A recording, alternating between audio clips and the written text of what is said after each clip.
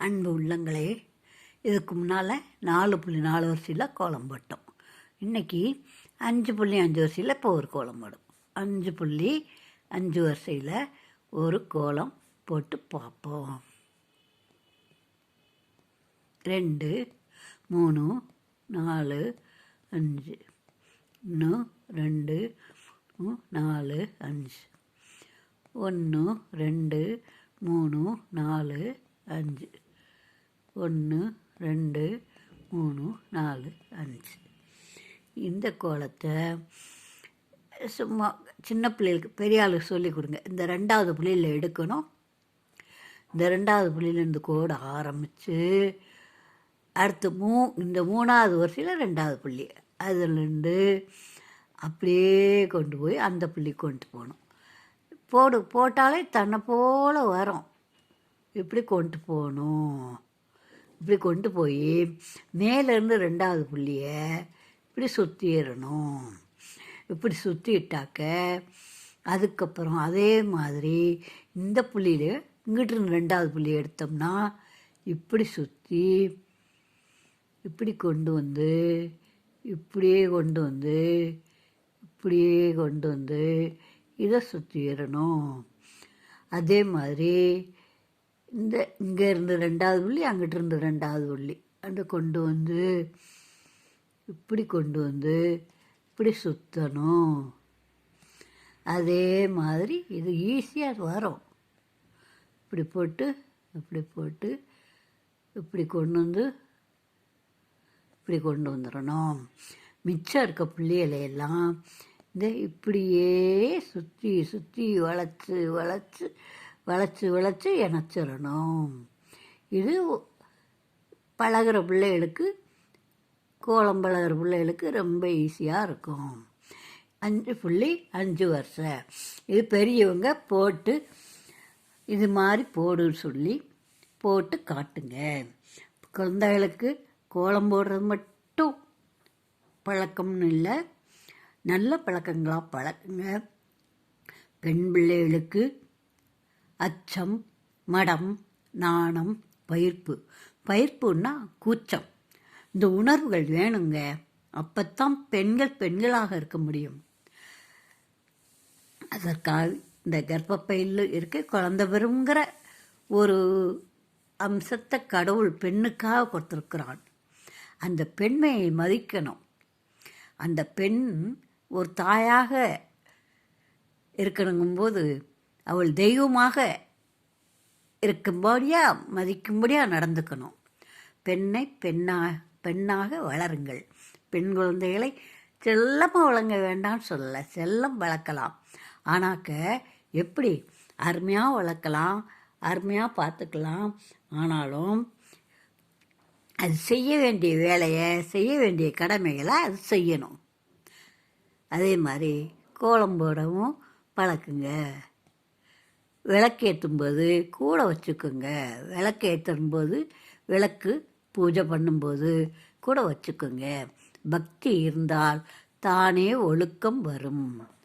பக்தி இருந்தாக்க குழந்தைகளுக்கு தானே ஒழுக்கம் வரும். அதனால் பக்தி இருக்கணும் அப்படின்னும் சொல்லி பக்தி சாமி கும்பிடவும் குழந்தையிலேருந்தே பழக்குங்க. சாமி கும்பிடவும் குழந்தையிலேருந்தே பழக்குங்க. இப்போ அடுத்தது 5.5 வருஷம் வச்சுருக்கேன்.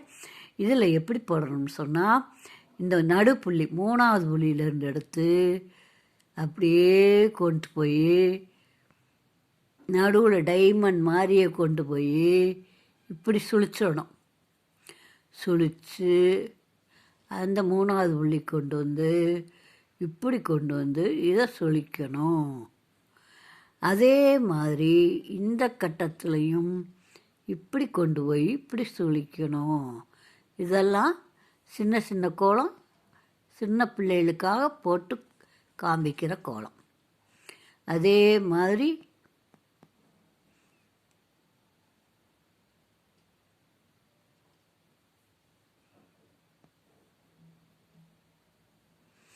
இதெல்லாம் பெரியவங்க போட்டு காட்டுங்க. பெரியவங்க போட்டு காட்டுங்க.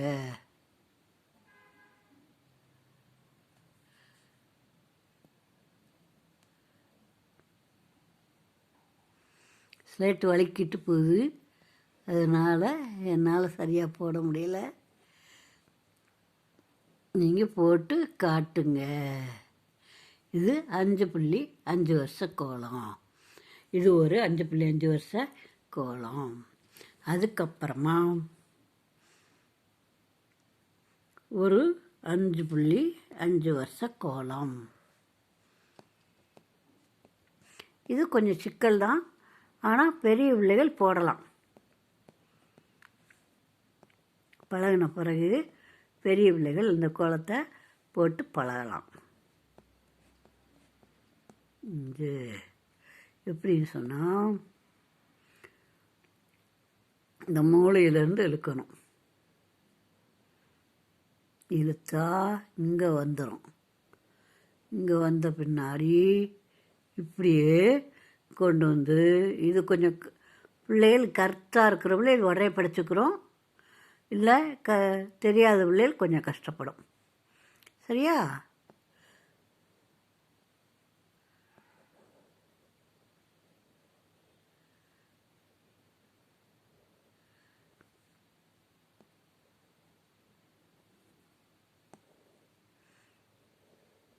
போட போட ஈஸியாக வருங்க கோலம். போட போட பழகணும், ஈஸியாக வந்துடும்.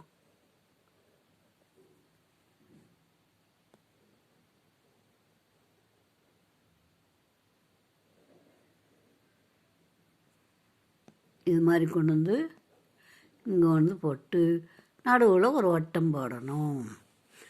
அழகா பிறகு ஒரு 5.5 வரிசையில் ஒரு கோலம்.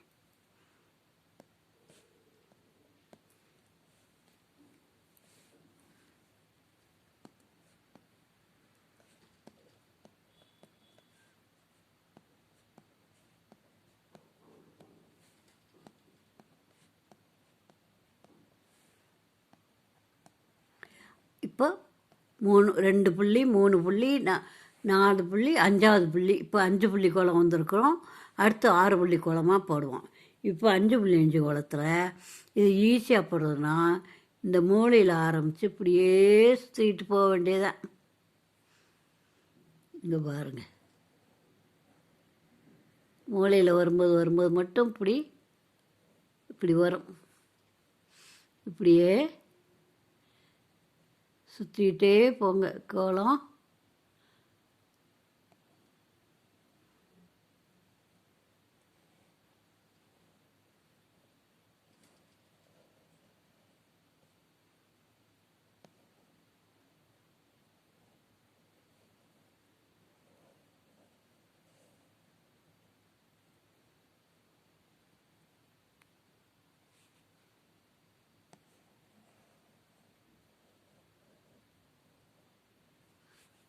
இது ஒரு கோலங்க. இது எத்தனை புள்ளி வேணாலும் வைக்கலாம்.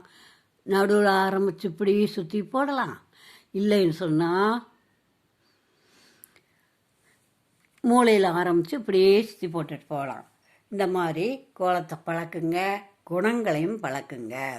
நல்லபடியாக நல்ல பிள்ளையாக இருக்கணும் அப்படிங்கிறத, எப்படி இருக்கணுங்கிறத அம்மா சொல்கிறத கேட்கணும், அம்மாவை தெய்வமாக நினைக்கணும் அப்படின்னு அப்பா சொல்லணும், பாட்டி சொல்லணும். அம்மா பாட்டியை மதிக்கணுங்கிறத அம்மா சொல்லி கொடுக்கணும். ஆனால் முதல்ல நீங்கள் மதித்தா தான் அந்த பிள்ளைகள் மதிக்கும் பெரியவங்களை மதிக்கவும் சொல்லிக் கொடுங்க. கோலம் போட சொல்லிக் கொடுங்க. கடவுள் பக்தி விளக்கேற்றும்போது கூட வச்சு சாமி கும்பிட பழக்குங்க. சுறுசுறுப்பாக இருக்க பழக்குங்க. தானாக எந்த வேலையும் செய்கிறதுக்கு பழக்குங்க. பொம்பளை பிள்ளைகளை நல்லபடியாக வளர்த்தா நம்ம பாரதம், நம்ம வீடு முன்னேறும். வீடு முன்னேறினால் நாடு முன்னேறும். எல்லாமே நல்லா இருக்கும். இல்லாட்டினா நம்ம பாரத பண்பாடு எங்கே அழிஞ்சு போகுமோங்கிற எண்ணம் இருக்குது. அதனால் இதெல்லாம் நான் உங்களுக்கு சொல்கிறேன். என்னுடைய யூடியூப் சேனலை பார்க்குறதுக்கு மதுரை விசாலாட்சி ஆச்சின்னு போடுங்க. லைவ் போடுறவங்க லைக் போடுங்க, சப்ஸ்கிரைப் பண்ணுங்கள். அப்போ தான் தொடர்ந்து பார்க்க முடியும். நன்றி, வணக்கம்.